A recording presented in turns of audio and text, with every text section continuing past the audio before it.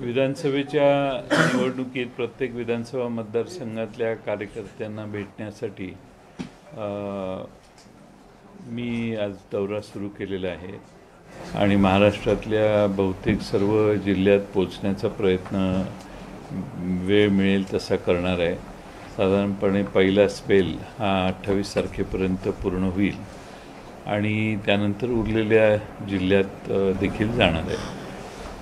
महाराष्ट्रामध्ये लोकसभेच्या निवडणुका झाल्यानंतर ज्या पद्धतीने उत्स्फूर्त प्रतिसाद महाविकास आघाडीला आणि राष्ट्रवादी काँग्रेसला जनतेने दिलेला आहे तो लक्षात घेता आम्हाला उत्तम आणि चांगले उमेदवार उभा करून महाविकास आघाडी पुन्हा महाराष्ट्रात सत्तेवर येण्यासाठी आम्ही प्रयत्न करतोय। जनतेचाही कौल तसाच आहे आणि आम्हाला विश्वास आहे की जनता पारदर्शी कारभार करणाऱ्या महाविकास आघाडीला पुन्हा सत्तेत आणण्याचं काम करेल। तुम्हाला काही विचार असेल तर लोकसभा निवडणुकीत सातारा लोकसभा मतदारसंघात तुमच्या उमेदवाराचा पराभव आहे। पराभवाची कारणांची काय तुम्हाला मिळाली? पराभव वेगवेगळ्या कारण आहेत त्याला। काही ठिकाणी लोकांनी अतिशय चांगलं काम केलं, तिथं चांगलं मतदान देखील झालं, त्या सर्व जनतेचं पहिल्यांदा मी आभार मानेन। काही ठिकाणी बळाचा आणि विशेषतः पैशाचा प्रचंड वापर कसं झाला हे मी तुम्हाला साताऱ्यात येऊन सांगायची आवश्यकता नाही आहे आणि त्यामुळं आमचा काही भागात ज्यांनी काम करतो म्हणून सांगितलं त्यांनी काम सुरू केलं, परत बंद केलं, परत बंद केलं, अशा काही 1-2 मोठे पुढारी निघाले की ज्यांनी दर 2 दिवसाला भूमिका बदलली। त्यामुळं आमचा फार थोड्या मतांनी पराभव झाला, कारण पिपाणी नावाचं दुसरं वाद्य जे होतं त्यामुळं त्या काही मतं आमची खाल्ली, नाहीतर आम्ही थोड्या का मतानं आम्ही निवडून आलो असतो अशी आमची खात्री आहे। सर, राष्ट्रवादीने 7 जागांची मागणी केली, राजकुमार पटेलने शरद पवारांना प्रस्ताव दिला आणि दुसरीकडे काँग्रेसने बैठक घेऊन निम्म्या जागा आम्हाला द्या अशी मागणी केलेली आहे। त्याचबरोबर तुमच्याबरोबर शिवसेना ठाकरे गट पण आहे, त्यांची मागणी आहे। सातारा जिल्ह्यातील किती जागा आपल्या राष्ट्रवादीच्या वाटेल येतील? नाही, आमच्या चर्चाच झालेल्या नाही आहेत। तिन्ही पक्षाच्या चर्चा पुढच्या काही काळात होतील आणि त्याच्यावर योग्य निर्णय होईल।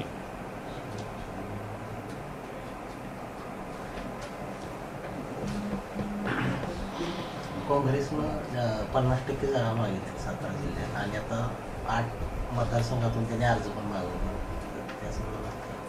त्यांनी मागवले असतील, पण आम्ही सर्वांची जिथं आम्ही लढणार आहेत तिथल्याच उमेदवारांची चाचपणी आम्ही करतोय आणि सर्वांचे अर्ज मागवून शेवटी महाविकास आघाडी एकसंघ राहावी यासाठी प्रत्येक मतदारसंघात जिथं आम्हाला लढण्याची उमेद आहे आणि आमचं विजयी होऊ शकेल अशाच ठिकाणची चाचपणी आम्ही सध्या करतोय।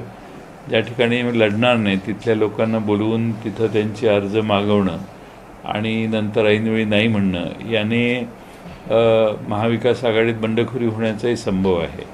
त्यामुळं आम्ही ठरवलेलं आहे की आधी सगळ्यांची चाचपणी करायची आणि त्यानंतर मग आम्ही महाविकास आघाडीचा चर्चा झाल्यानंतर ज्या जागा आम्हाला सुटतील त्या जागांवरचेच अर्ज आम्ही मागू। नाही, आता असं संभाव्य चर्चा करणं योग्य नाही। आम्ही सगळ्या जिल्ह्यातल्या नेत्यांची कार्यकर्त्यांची आज चर्चा केली, आता आम्ही आमचं माइंड ठरवून मग काय करायचं ते ठरवू। पवारसाहेब म्हणाले होते अजित पवार यांना घरात जागा देऊ, पण पक्षात कार्यकर्त्यांची चर्चा करून निर्णय घेतला। पवारसाहेबांची भूमिका मावळ झाली का? मावळ नाही, त्यांचं बरोबर आहे। शेवटी घरात कुणाला प्रवेश द्यायचा हा प्रत्येकाचा खाजगी प्रश्न आहे, पण त्यांच्या बोलण्याचा अर्थ मी सांगतो तुम्हाला। आणि पक्ष हा सार्वजनिक आहे, जनतेच्या जीवावर कार्यकर्त्यांच्या जीवावर संघर्ष करणाऱ्या कार्यकर्त्यांना बरोबर घेऊन ते चाललेत। ते संघर्ष करणारा जो कार्यकर्ता त्यांच्यावर राहिलेला आहे त्याला विश्वासात घेऊन या बाबतीतले काही निर्णय असतील तर ते करावेत, ही मानसिकता त्यांची आहे. कार्यकर्त्यांची मतं ही जास्त महत्त्वाची आहेत असा त्यातला एक अर्थ.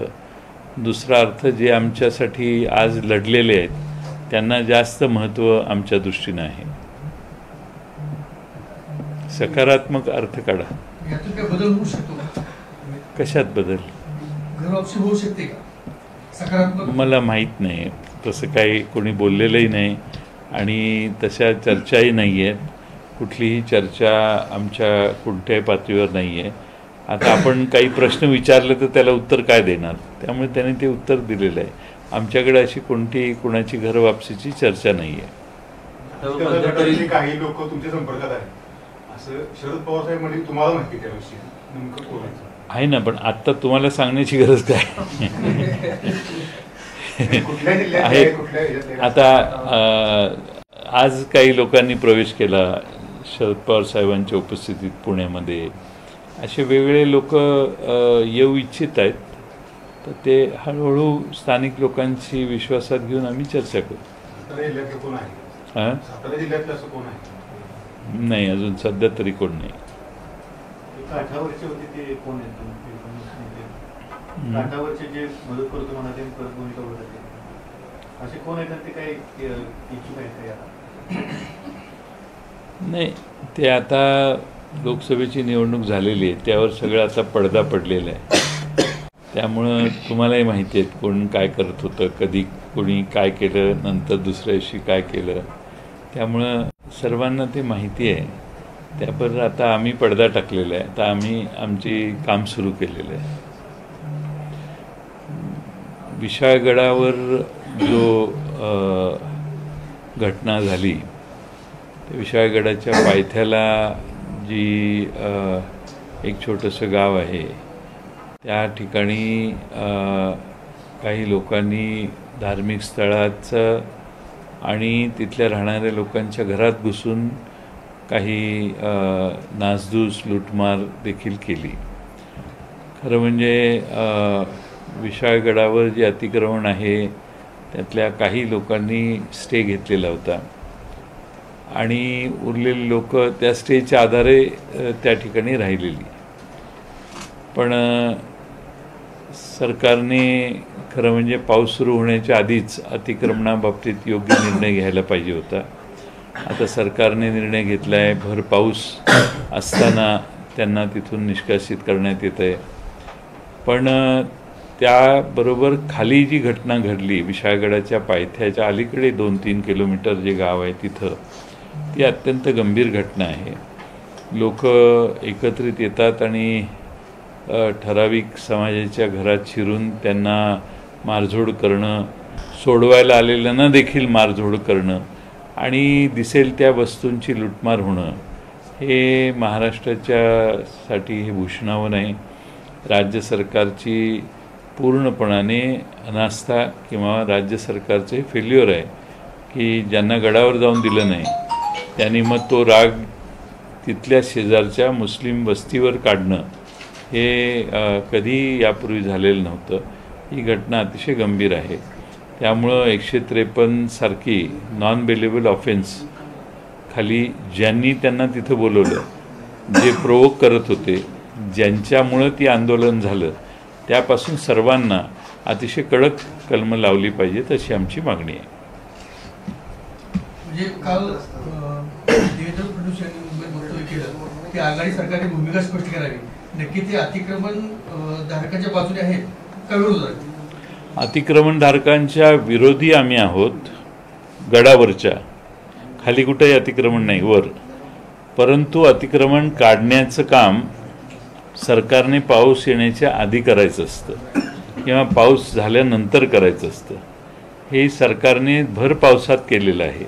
त्यामुळं आमचं स्पष्ट आहे, अतिक्रमणाच्या विरोधी आम्ही आहोत.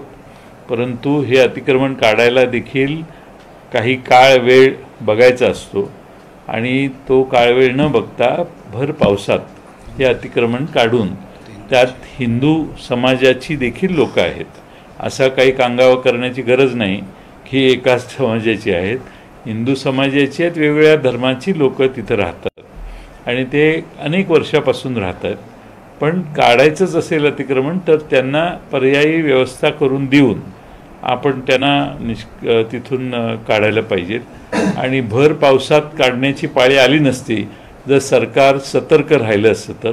हे सरकारचं फेल्युअर आहे.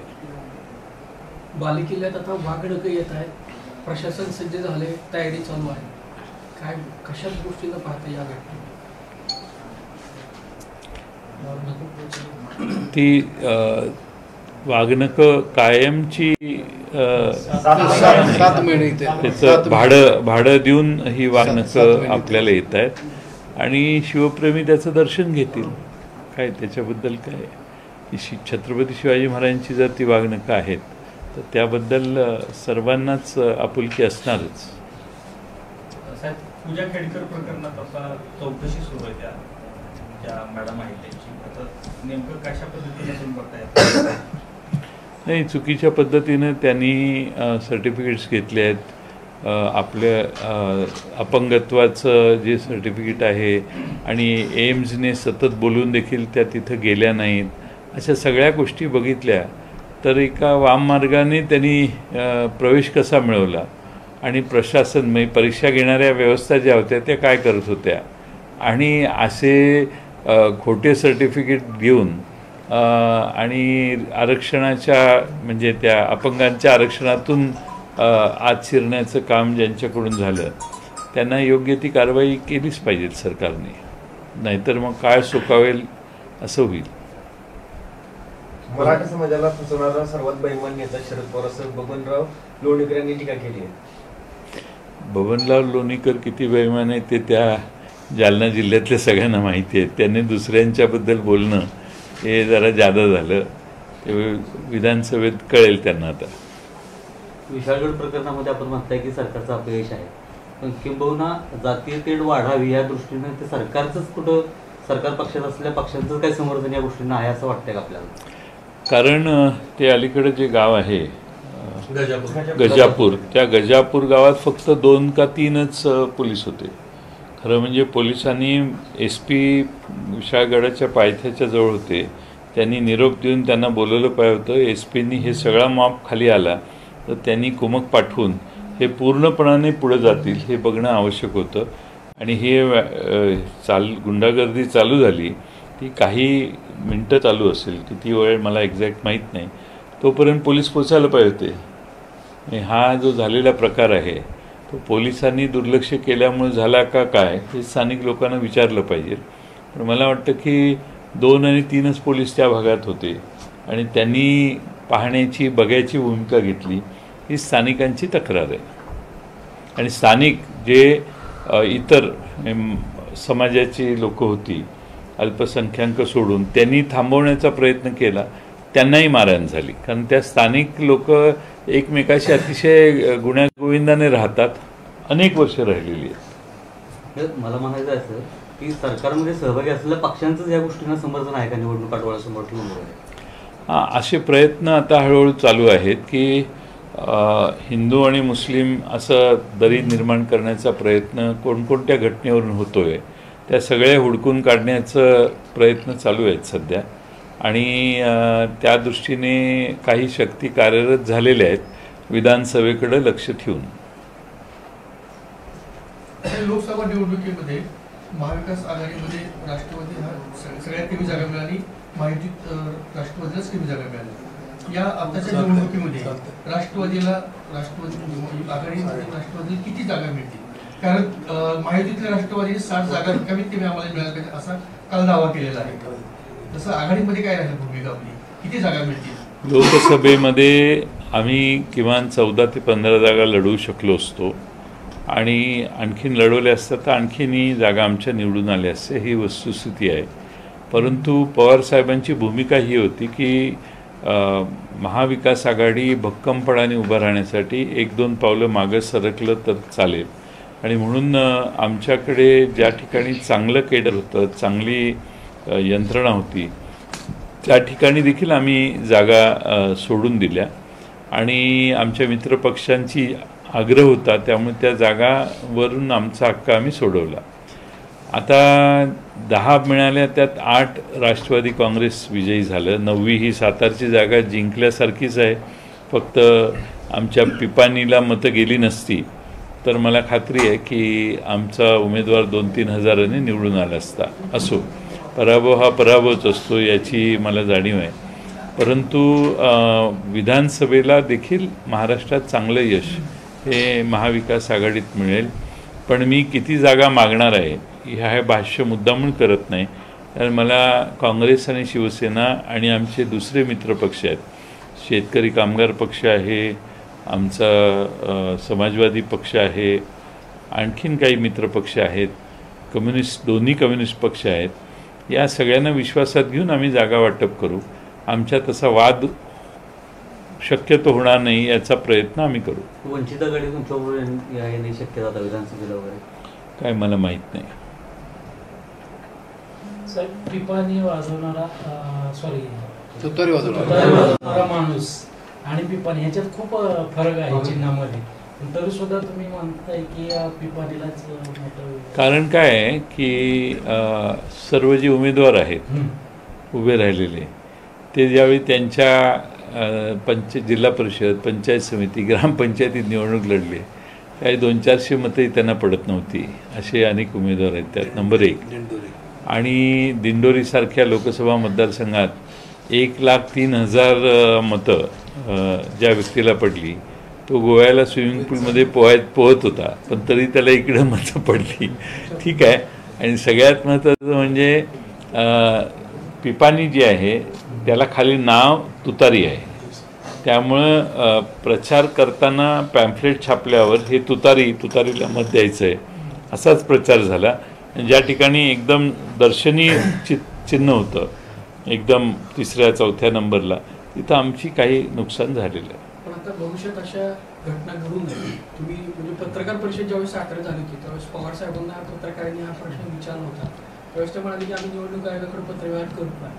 आम्ही केलेलं आहे. निवडणूक आयोगापुढं जाऊन आमची बाजू मांडलेली आहे. स्वतः सुप्रियाताई तिथं गेल्या होत्या, त्यांनी पक्षाच्या वतीनं वकिलांचे आणि त्यांनी मिळून बाजू मांडलेली आहे. आणि आता बघू काय होतंय. अजून निवडणूक आयोगाने निर्णय अंतिम केलेला नाही. या कायदेशीर बाबी झाल्या, पण तुम्ही काय त्याच्याविषयी प्रोटेक्शन म्हणून काय घेणार, काळजी काय घेणार? नाही, हे कायदेशीर बाबीत आम्हाला यश येईल अशी आमची अपेक्षा आहे.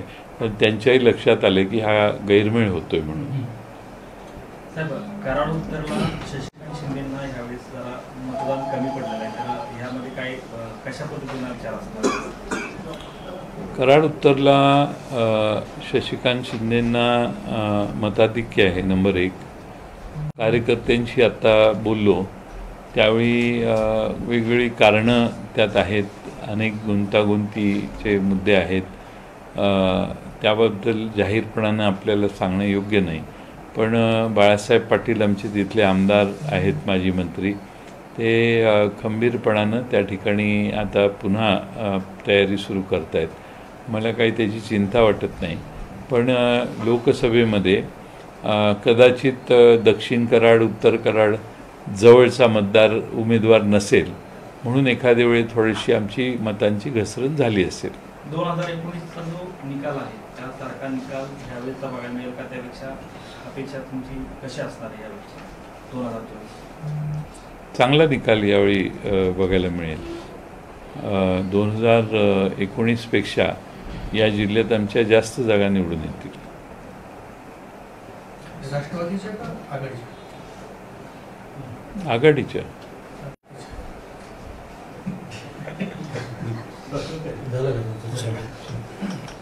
तुमचं सातारा विधानसभा मतदारसंघ सध्या भाजपचे शिवेंद्रराजे भोसले आमदार यापूर्वी तुमच्याकडे होते, त्यांच्या विरोधात उमेदवार तुम्ही सक्षम उमेदवार कोण देण्याची तयारी केली? आता ही पत्रकार परिषद झाल्यावर तुमच्याशी ती चर्चा करणार आहे.